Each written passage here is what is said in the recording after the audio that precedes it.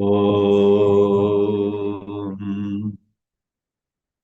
कृष्णाय वासुदेवाय हरये परमात्मने प्रणतक्लेशनाशाय गोविन्दाय नमो नमः।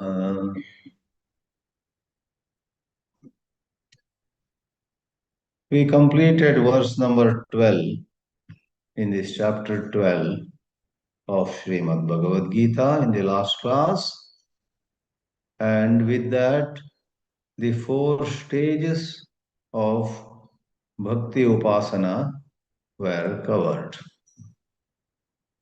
The highest is to fix the mind in God at all time, at all places.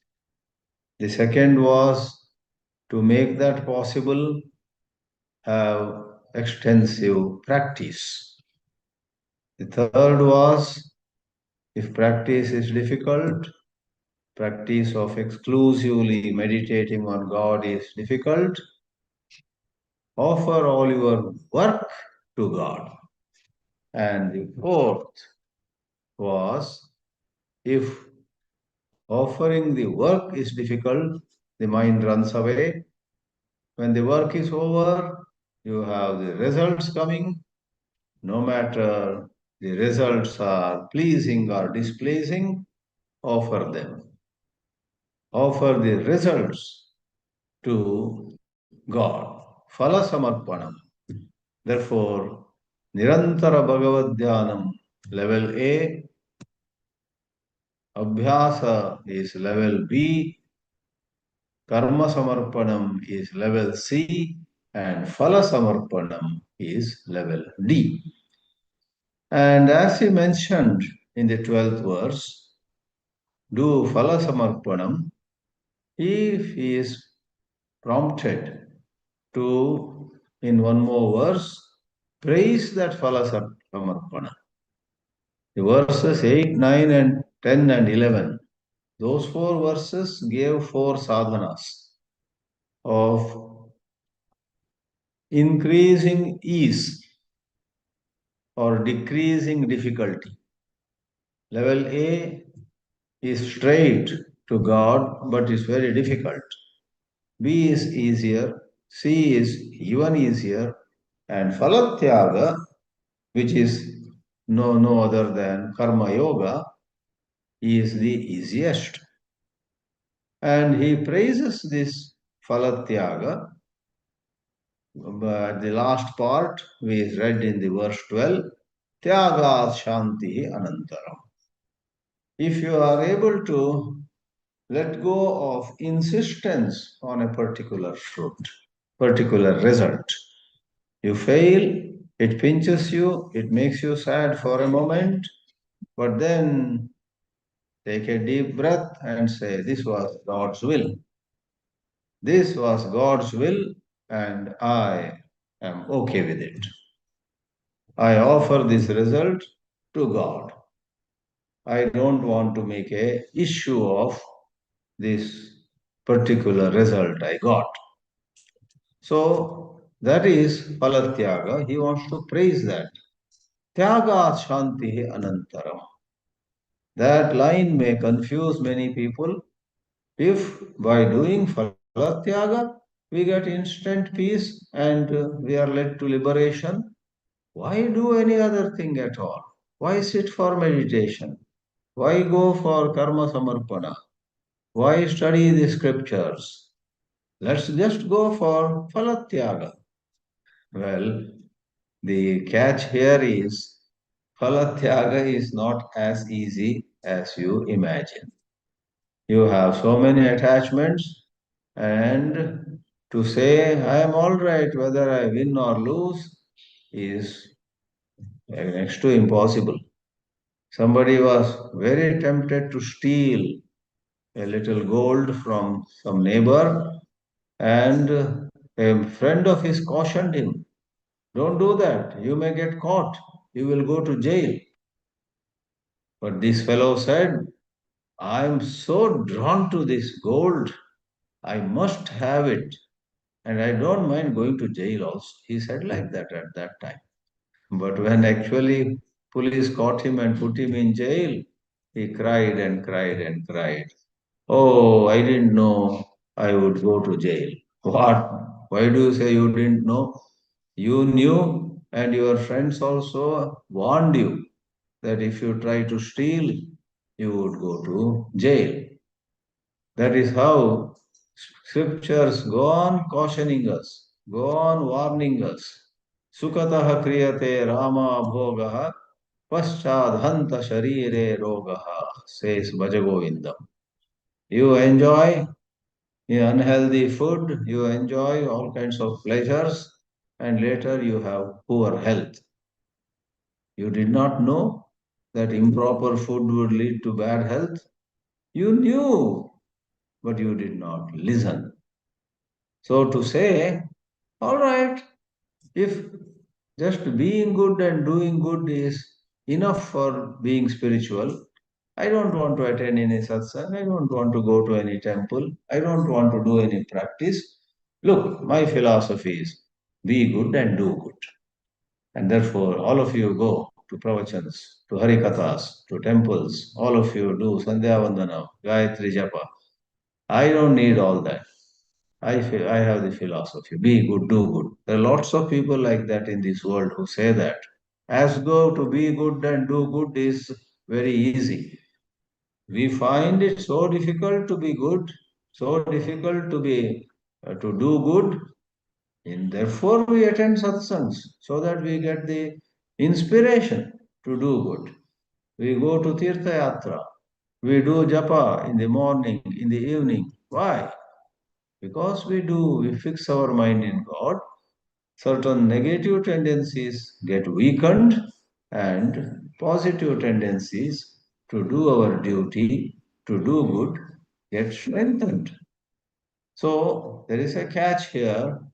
Then you may say, if there is a catch in this advice that karma falatyaga is the highest, do that, you get peace right away. If there is a catch, then why did Bhagavan say it at all? Why does God say? Why does He praise? So we would say, please note, constantly thinking of God and practicing contemplation on God and remembering God during any work that you are doing, etc., were advised, and somebody is not able to do any of them. Therefore, something simple is said to him, not to exclude or not to leave him out, and in order to encourage him to do that. A father had a bunch of sons, three or four, and three of them out of the four were studying scriptures, were attending satsangs. And the father then says to the fourth son, why don't you also study Gita? Why don't you also do some japa? The fourth son just doesn't do. Then one day, for the father, out of great compassion for the fourth son, says, come here. Really speaking, you don't need to study scriptures. You don't need to do mantra japa. You don't need to read the Vedas. Do one thing. Always serve your mother. In serving your mother, the four Vedas will be in your grip. In serving your mother, become a Matra Bhakta. Serve your mother. Whenever mother needs anything, put it above everything else. And in Matra Bhakti, you will get all that these people are getting through Vedic Shravana, Vedic the study, and so on. So please see, the father is not putting Vedic study down there. The right way to go is to study the scriptures, to go to satsangs. And when the gurus instruct some upadesha, they instruct, read Vishnu Sahasranama on Saturday, do Shiva Ashtottara Shatanama Archana on Monday. A couple of instructions are given. Then the right way is follow those instructions. But like the fourth son of that father, If somebody is unable to do all these formal, proper, spiritual practices, then some value is given.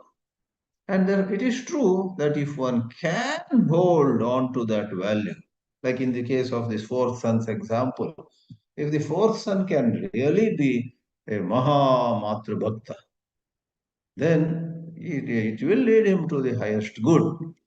But tell me, somebody whose mind was not cooperating to go to satsang, somebody whose mind was resisting when parents told him to study the Vedas, you think, can we take it up for granted that he can become a Matra Bhakta?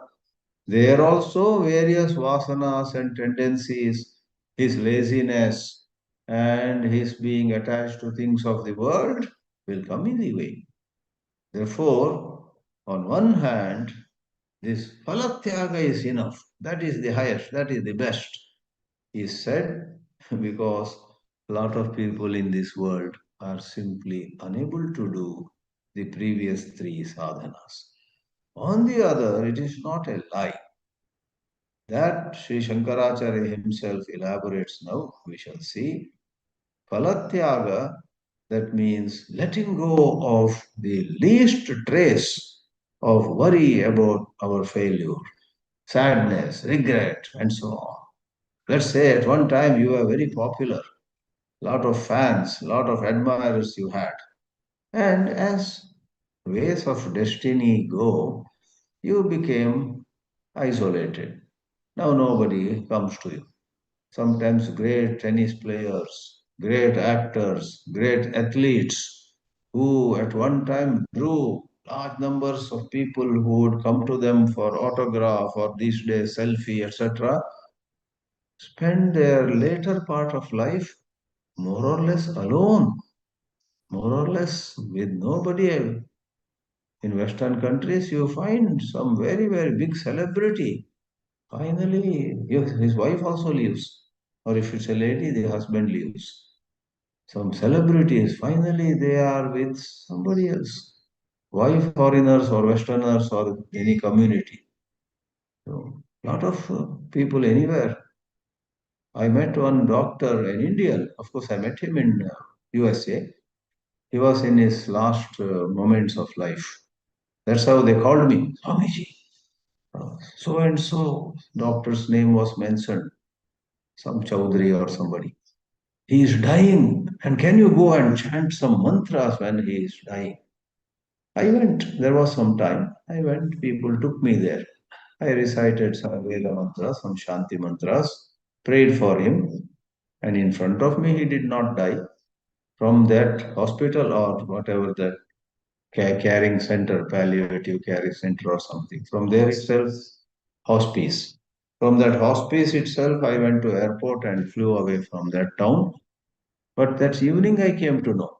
After about an hour after I left the hospice room, the Dr. Chaudhary actually passed away.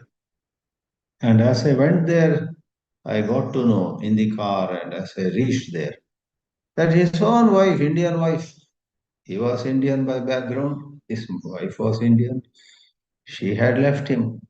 And they were saying he was such an eminent doctor.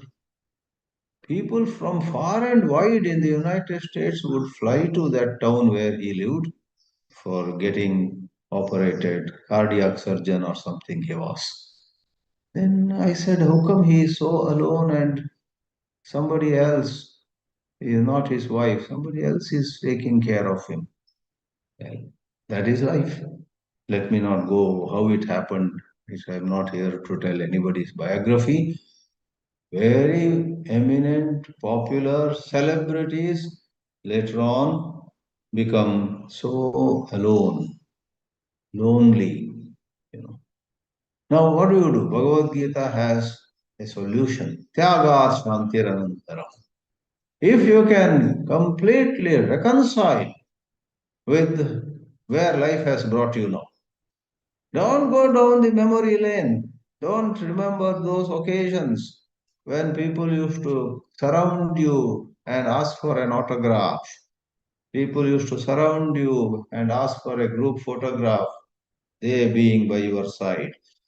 Don't, that's all over.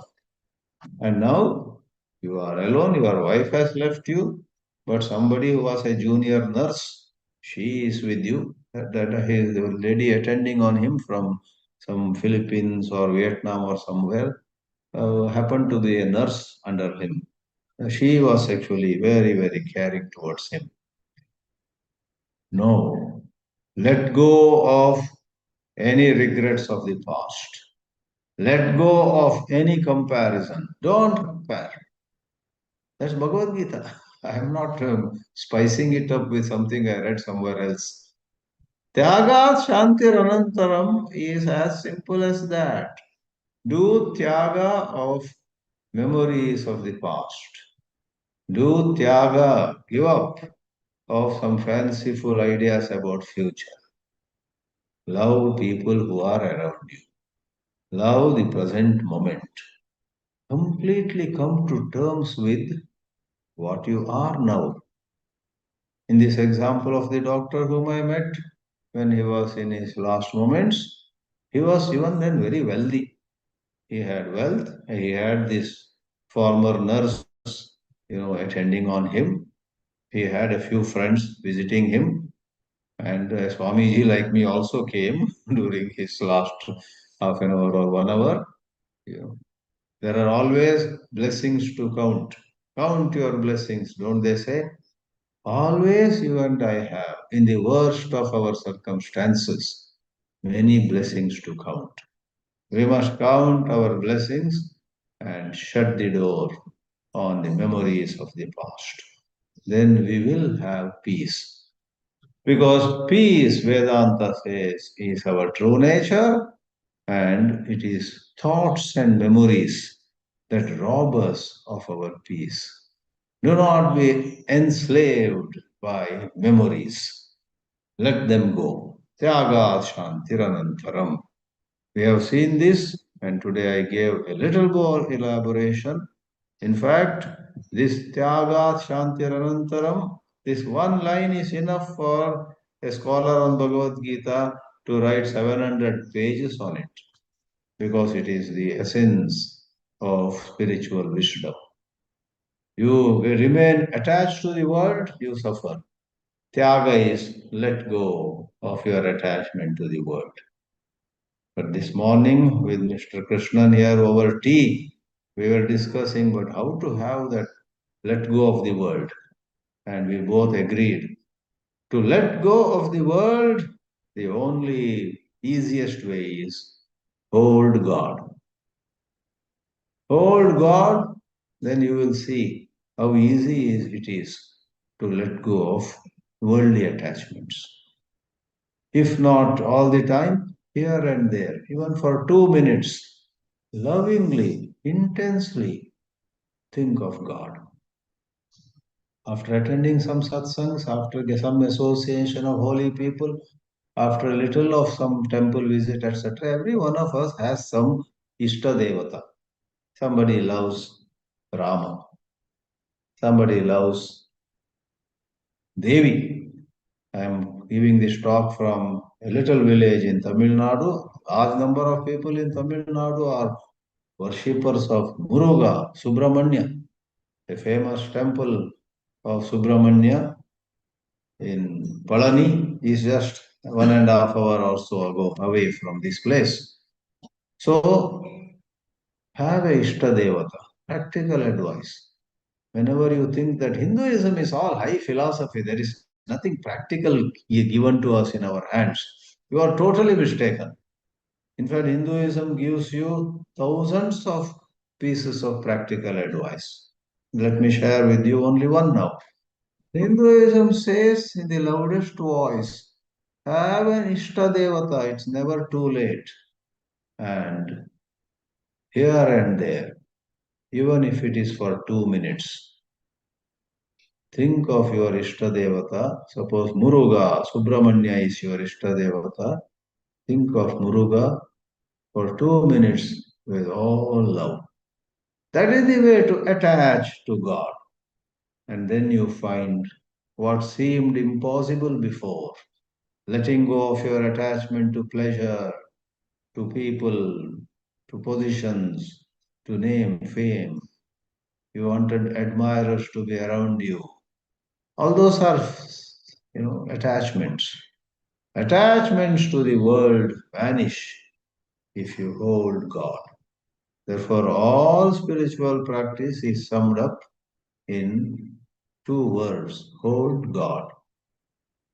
When you hold God, Tyaga happens. And this line says, Tyaga Shanti Anantaram. Now, Shankaracharya's commentary, we saw one paragraph where the word meanings were given. I come now to the second paragraph, which is slightly longer. And Adi Shankara makes a case for how Tyaga, leaving or letting go, actually is taught in all the scriptures. Now he begins, and Shankaracharya is ruthless when he says, Karma Yoga is for ignorant people. Let me tell you frankly, maybe 35 years ago or 40 years ago, I first read that sentence in another part of Bhagavad Geetā Bhāshya, not here, where Shankara says, Ajnasya eva karma yoga. I thought there was a print mistake because karma yoga is praised so much by Gandhi, Tilak, and all others. Karma yoga is praised so much by a lot of popular commentators on Bhagavad Gita. And here Shankaracharya says, Karma yoga is meant for ignorant people. I said, this is very harsh. Shankaracharya also should praise Karma yoga. In not only by Gandhi, Tilak, and others, in the world also. Lot of literature there is in the world. The hands that serve are holier than the lips that pray. I have myself quoted it in so many, places, especially when we are invited to speak at some Rotary Club, Lions Club, and other, colleges and so on. You can't talk Advaita Vedanta there. It will go above their head. You can't talk about contemplation on Nirguna, Nirakara. In a Rotary club, no matter how qualified the audience are, Rotary clubs, you have a lot of coated, booted, suited people. Many of them are engineers, doctors, attorneys, and they are all in good positions in the mad society. I didn't say they are mad. I said in this mad society, a lot of people are in very great positions. Whatever inference you want to make it. But over there, this quote that makes them happy is the hands that serve are holier than the lips that pray. Nobel Prize will never come to a great Jnani of the Himalayas, a Jnani like Ramana Maharshi or anybody. Nobel Prize is given to people like Mother Teresa who engage in Karma Yoga. And Shankaracharya says, Ajnasya eva Karma Yoga. I was pressed actually that time, but as I became more familiar with Shankara's whole outlook, because Adi Shankara is a lifetime project. One life is not enough to understand his profound comments, his incisive observations, and his interpretations, which put everything of the Vedas in their right places. He would not put karma on top. He puts karma on a lower level, whether you like it or not. Because karma means kartritva bhava. And kartritva bhava is the other side of the coin if ajnana is one side. Only the ignorant people have kartritva bhava. However noble your work may be, you are serving the poor, the wretched, the sick, and so on. In order to day in and day out engage in that work, go around and collect funds, go around and build institutions, and do more and more about it. You have to have, maybe it has been refined a lot, but refined or unrefined, you have a sense of doership. You think of yourself as an instrument in God's hands. You are a servant of God. All of them are noble. We are not insulting them, but they are not, whether you like it or not, they are not on the same plane where you have lost your individuality, where you have seen that you are not separate from God. There is God only, and I am not even the instrument. God alone is doing everything. God alone is.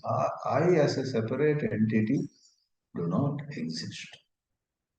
Therefore, someone like Ramana Maharshi, was unmoved.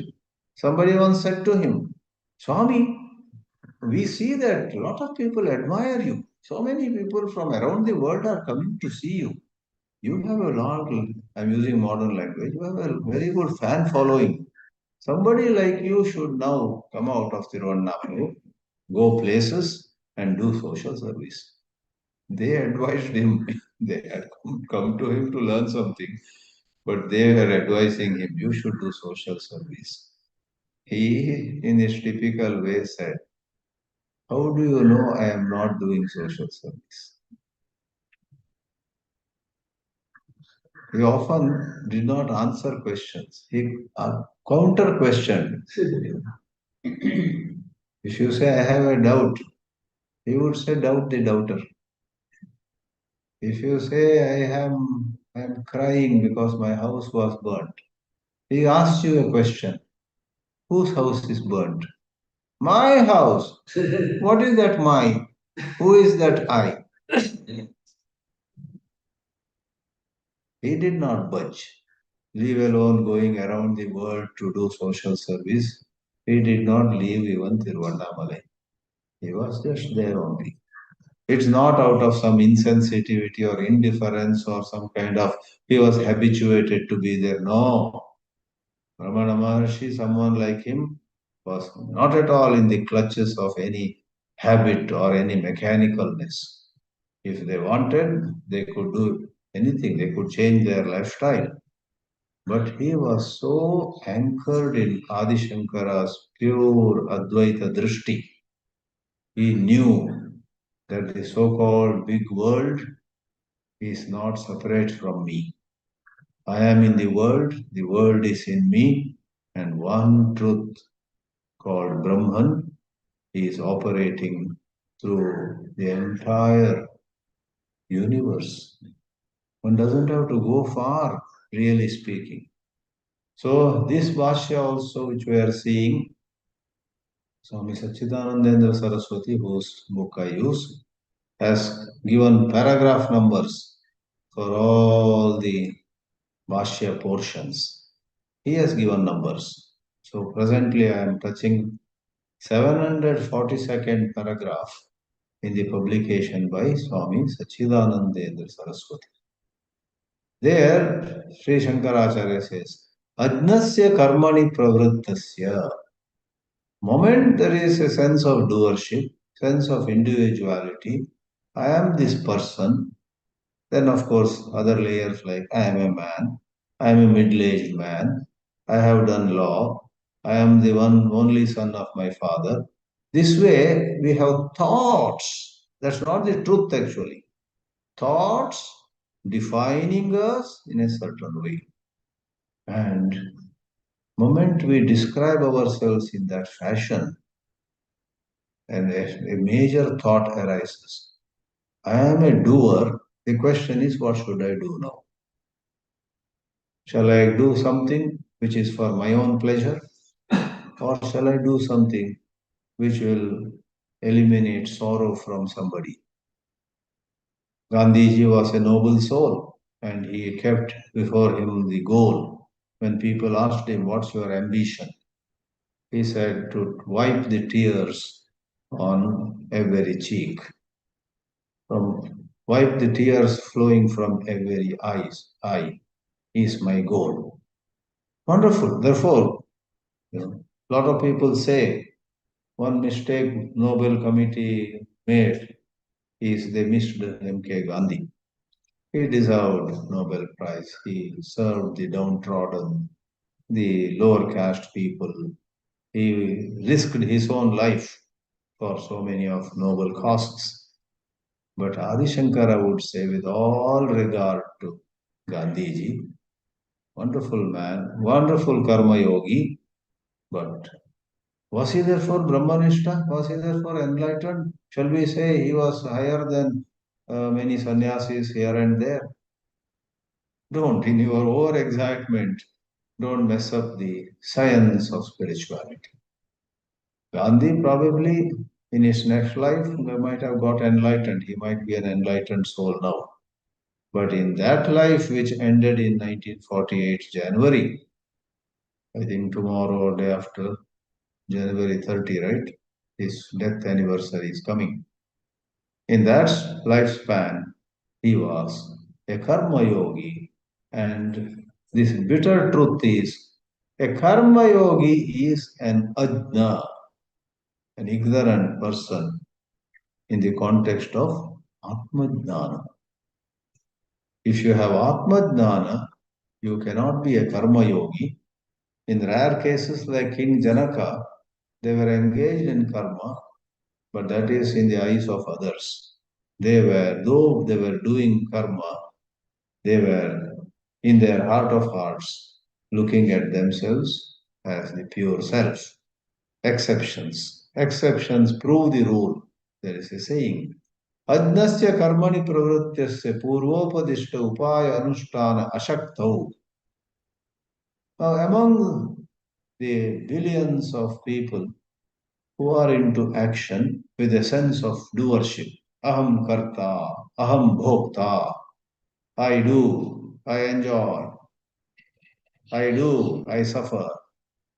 That thought is holding them in its grip.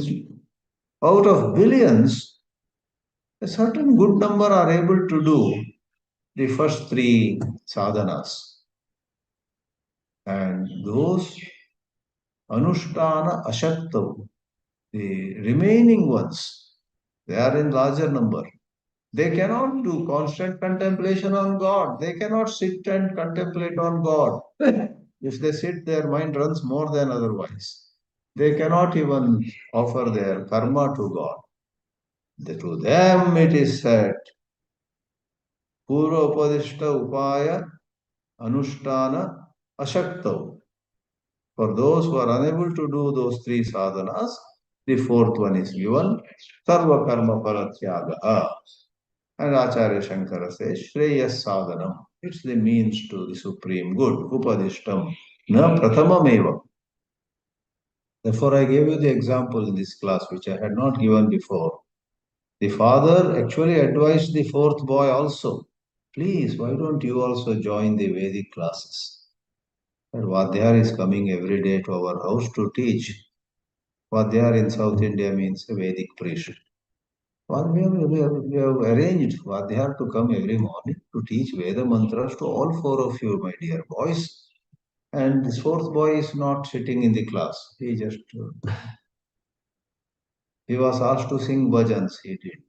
He was asked to do some other practice, some mantra japa. Then the father says, my son, don't worry. I love you more than the other three boys. All such nice things he says. That's how you have to do. If you are a loving father, you have to show extra love to the boy who is not doing well in the school. The father says to the fourth boy, for you really, no Vedic study is necessary. You don't need actually, you are such a gem of a boy. Only I know it, even your mother doesn't know. Some such things he will say. And then he will say, you do one thing. Always serve your mother. Like that, Shankaracharya is saying, Purva Upadishta Upaya Anushtana Ashaktau Phalatyagaha Upadishtam. Upadishtam because sadhanam is neuter. Shreyas sadhanam upadishtam. Na pratamameva. Okay, so what are you trying to convey to us? If you ask Shankara, अतश्च श्रेयो हि ज्ञानमभ्यासादिति उत्तरोत्तर विशिष्टत्व उपदेशेन सर्वकर्मफलत्यागः स्तूयते संपन्न साधन अनुष्ठान अशक्तौ अनुष्ठेयत्वेन श्रुतत्वात्. Therefore, This Falatyaga also is Anushtheya. Anushtheya means worthy of or fit for being practiced. This also can be practiced. Like in my example, serving one's mother is also a practical thing to do. Therefore, when the boy was not able to do sadhanas that other three boys were doing, the father shows him yet another path. Sarva karma phalatyaga is another option. Stuyate, stutihi kriyate, it's praised. And then a question can arise. Adi Shankara himself raises the question. Kena sadharmyena stutitvam? On what common ground which you see in Falatyaga and those other three, Karmatyaga, Abhyasa, and Nirantara Ishvara Dhyana. People like Tukaram, people like Guru Nanak, it is said, constantly were immersed in God.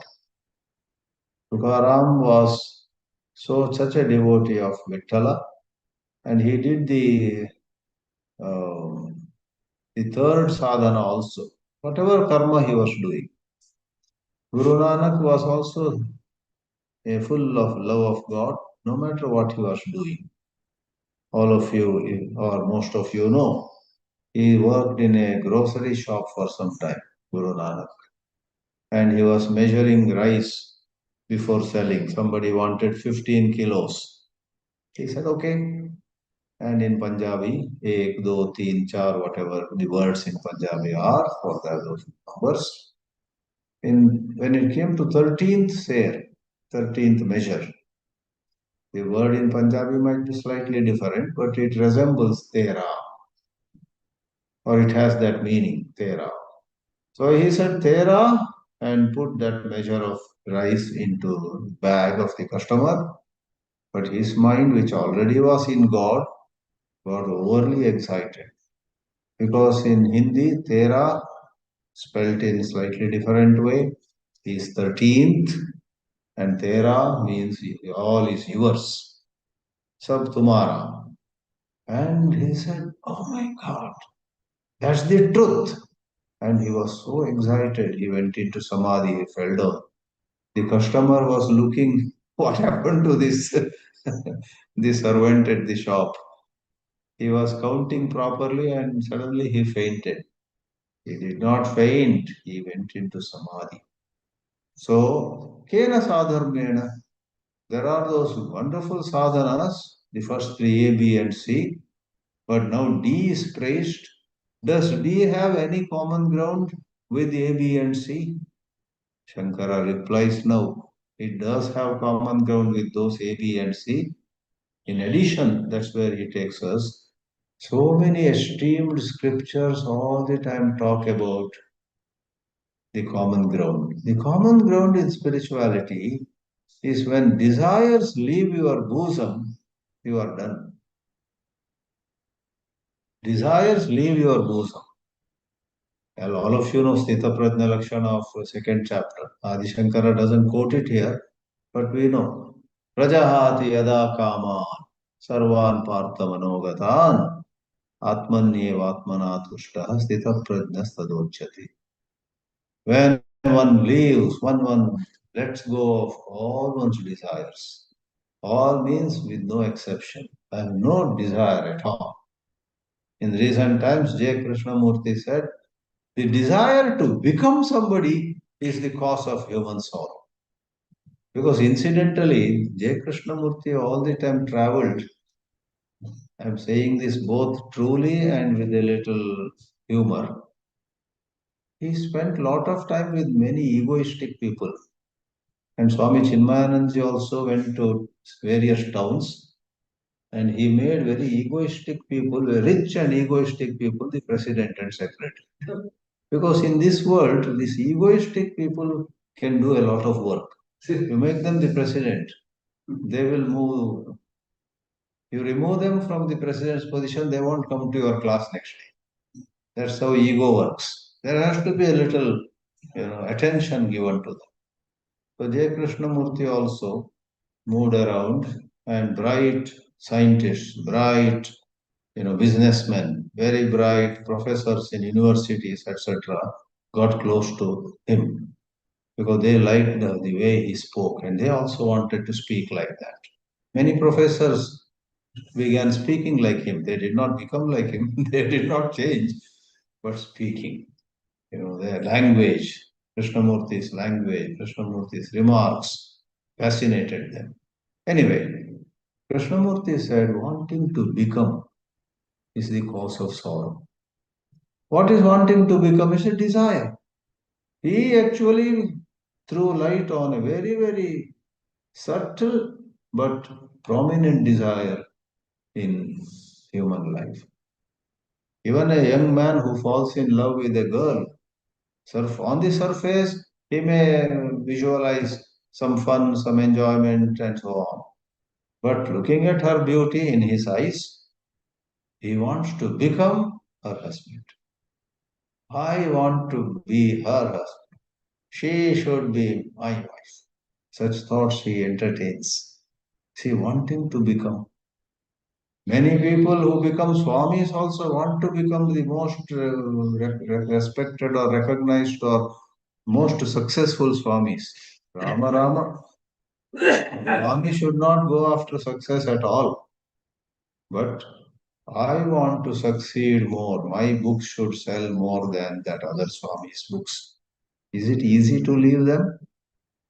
So, Shankara quotes most appropriately. Letting go of desire is the common ground in all spirituality. You are nowhere near spirituality if you have not let go of your desires. This is the cold truth. You may have a lot of scholarship, you may know by heart Bhagavad Geetā. You are able to recite Gita from first to 700th verse and 700th back to first verse. And so with Upanishads. So we bow down before you for your scholarship. But have you let go of your desire? And if you say that I have not done, then you are down. Anyway, without going on and on with my comments, Shankaracharya quotes from Kathopanishad. Yada sarve pramuchyante kama yesya hridishritaah tada martyah amartyah bhavati atra brahma samashnute. Towards the end of Kathopanishad. After that, I think there are just 2 or 3 more mantras. Yada sarve pramuchyante kamaha asya hridishrita. All desires.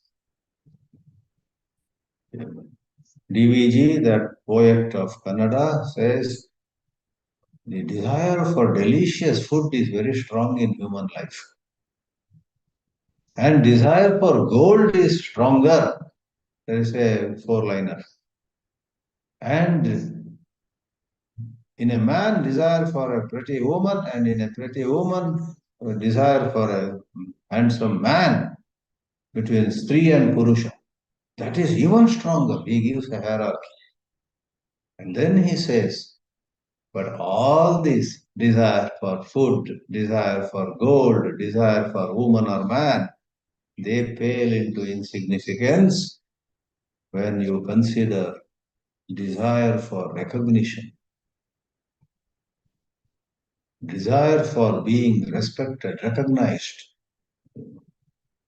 So he gives 12 kinds of desires and says that desire for recognition eats you up, eats your soul. That's the last line in that 4-liner in the Mankuti Mana Kagga.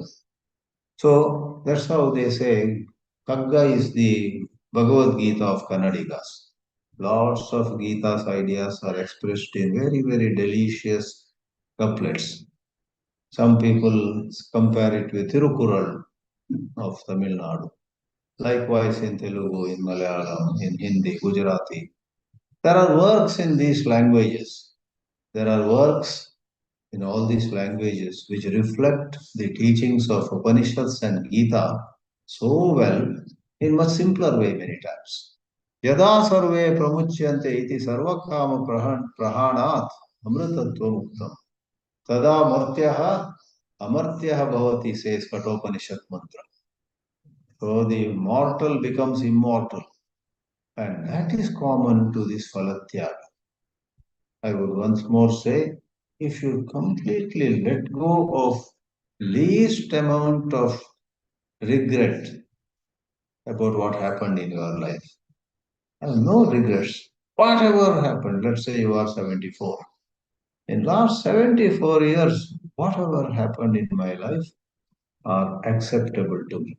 I'm not going to cry, why this happened, why that happened. Suppose you arrive there, then you are at peace. That is Falatyaga. Therefore, Shankara adds, Tat Prasiddham, it's well known. Kamasha sarve shrauta smartha karmanam falani. In a traditional language, whatever a man desires cannot be different from what Vaidika karma and Laukika karma. There are two kinds of karmas. Vaidika karmas are Shrauta, Shruti, and Laukika karma are Smarta. Kupatadagadi nirmanam. You dig wells for the benefit of public. This is given in the Shastras. You make ponds. There are thousands of ways of serving people. So Shrauta Smarta Karmanam Falani, that man desires for the results of these. Tatyagena cha vidushaha dhyananishtasya anantara eva shanti. When an intelligent person with divine grace lets go of desires which belong to the camp of phala of Shrauta karma, phala of Smarta karma, Vedic and non-Vedic karmas give results. Whatever you and I enjoy cannot be other than result of a karma. Suppose you go to Baskin Robbins and order some ice cream and enjoy. You cannot enjoy it unless some purva karma has made it possible for you. And suppose you are walking by a road and suddenly somebody comes and hits you with a stick on the head. And when you turn around, who is this? Then he says, sorry, I mistook you for my enemy. Sorry for beating you. So, that suffering you went through, according to Vedas, is the result of some purva karma. Therefore, Shankara, talking the traditional language, desire for anything, any fruit, and fruit cannot be other than result of karma. So, Shrauta Smarta Karmanam Falani. Tatyagena cha vidushaha dhyananishtasya. So, when you let go of those desires, you are truly intelligent, then you become meditative. Meditation happens in your case when you let go of desires. Anantara eva, without a gap, instantly you get peace. Sarva kamatyaga samanyam ajna karma falatyagasya astiti tat samanya sarva karma falatyaga sutiriyam prarochanartha. So lots of people practice so many other spiritual issues, methods. They arrive at a state of no desire. And here is this category connected with the fourth sadhana, D, A, B, C, D. He does it by letting go of desire for phala. Therefore, he also arrives there. So it is praised. So the praise is not totally unjustified, but it is not so easy to do. Therefore, we said it is not as easy as you imagine. Now he ends this paragraph 742 in SSS Bhashya or SSS publication of the Bhashya. He says, just as on common ground, sometimes we will praise somebody if he belongs to a group where somebody else in that group had done well. You meet a Gorkha soldier, you don't know him much.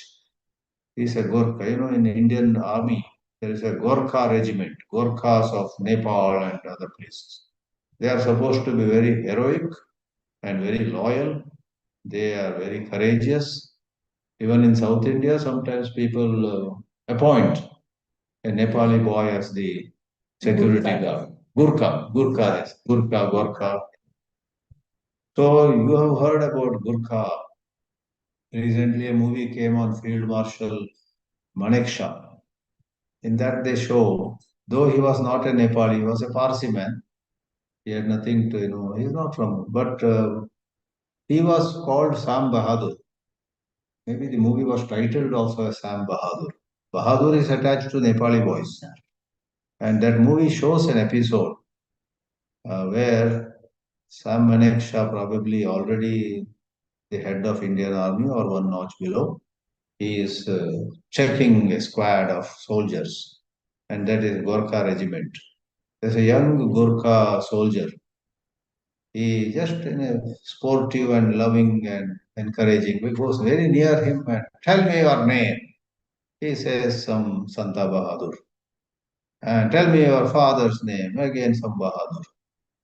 Then Sam Manekshaw asks that young soldier, do you know my name? Tell me my name. He blinks for a moment. That young soldier, he was new perhaps. He did not have much general knowledge. Who is this big officer who has come to check us? But then he remembers, yeah, I think his name is Sam. So he, in a little of nervousness, he says, your name is Sam Bahadur. He attaches Bahadur to Sam Manekshaw's name. So he gets the name Sam Bahadur in the movie, though he's not a Bahadur, that's not a Nepali boy. So Shankaracharya gives an example. Let's say that and conclude this class. Yata Agastyena Brahmanena Samudraha Pitaha iti Idanim Tanaha api Brahmanaha Brahmanatva Samanyat Stuyante. Suppose you are inspired by the case of Agastya, who was a Brahmin, who once in some story drank the whole ocean, Samudraha Pita.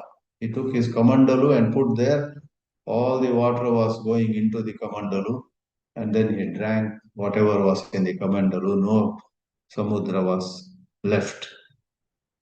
So you hear, and then you meet a Brahmin reciting some Vedic mantras, cross-legged, and chanting the Vedic mantra last 2 hours. He's just doing that with eyes closed, some Ganapata or something. You admire this little boy. Wow. And then you say, and praise that boy. And then you may make a statement. I see Agastya in you. Brahmana thousands of years ago. So that's what he says. How? So what is common between this boy of Kali Yuga and Agastya of, some Treta Yuga or something? Shankara says Brahmanatva Samanyat.